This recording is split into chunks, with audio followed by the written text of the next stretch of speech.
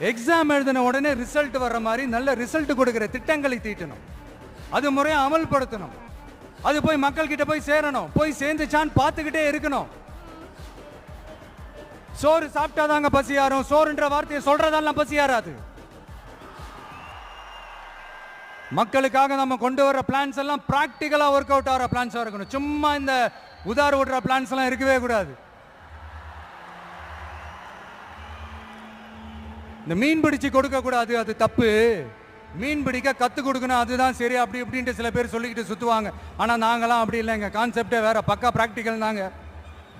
முடிஞ்சவங்க மீன் பிடிக்க கத்துக்கிட்டு வாழட்டும், முடியாதவங்களுக்கு நாம மீன் பிடிச்சு கொடுத்து அவங்கள வாழ வைப்போம்.